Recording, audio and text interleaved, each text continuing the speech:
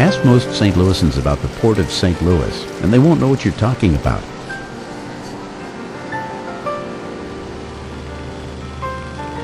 Without a Mississippi River, there wouldn't have been a St. Louis, but we've spent most of our history with our backs to the river, moving west.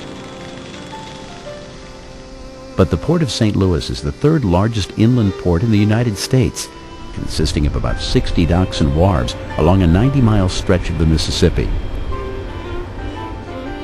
Its busiest section is the Tri-City Port on the Illinois side, near Granite City, Madison, and Venice. The reason St. Louis is so important is, first of all, it's connectivity. In transportation, the waterways connected in St. Louis to major rail facilities and major interstates. In today's global economy, companies are competing with people from all over the world, and if they can't get the right transportation rates for all the commodities they're shipping, they're not going to be successful.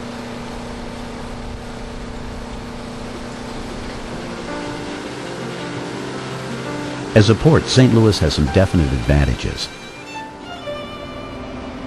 It's the most northern inland port that doesn't freeze over in the winter. It's located at the point where the Mississippi broadens on its way south. And it's at the intersection of several major rivers forming what's called the interstate waterway system. Most of us, unless you're in the business, don't realize the significant role that the inland river system has played in our historical development.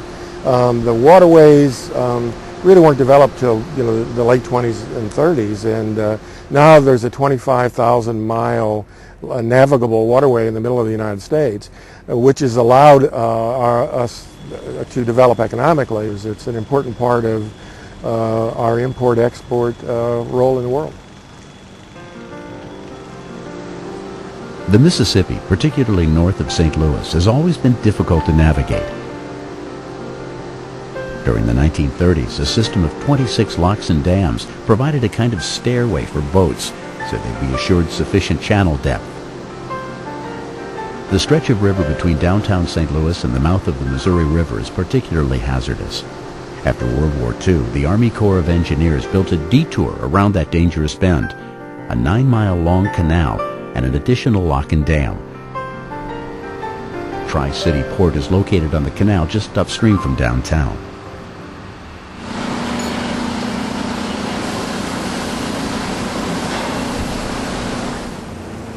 What you can't help but notice here at the port is the scale of things. Everything is big, everything is heavy, and everything comes in huge volumes.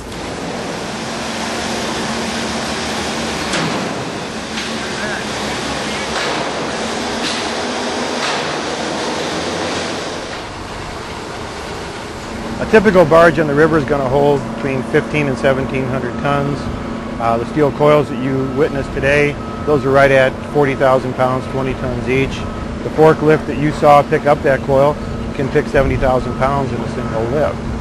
And that's the economies and the efficiency of the barge. We can move a lot of quantity in a short period of time. We've got a lot of big toys.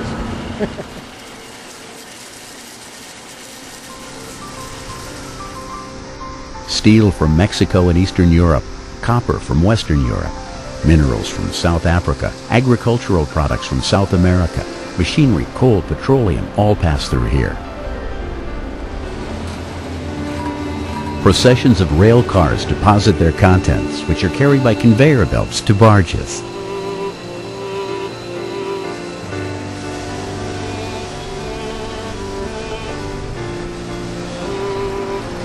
Other barges are unloaded to trains and trucks and delivered to destinations across the country. A 15-barge tow like this one carries the same load of a freight train almost 3 miles long, or as much as 900 large trucks could haul. Parked bumper to bumper, that's an 11-mile traffic jam.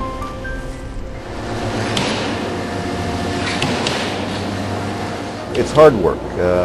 Our men work 12 hours on and they have 12 hours off. So, I mean, it's difficult work from the standpoint that there's a lot of hours. You're in all types of weather conditions, similar as today, that will be in the high 90s. We also are out here on a 365-day basis that if it's 20 below, our men are out working, putting barges together in those type of conditions also. Since 9/11, security at the port has been tightened to ensure that the huge volumes of cargo critical to the nation's international trade continue to pass through without interruption. But for the past 200 years, it's always been something. Shifting channels, dangerous currents, low water, and floods. There is here a healthy respect for the river. There are times that you overstep your bounds and Mother Nature lets you know that you weren't supposed to be doing that. Every day you walk in, there's a new set of opportunities and how you're going to deal with them to make things work. It keeps the adrenaline flowing on a daily basis.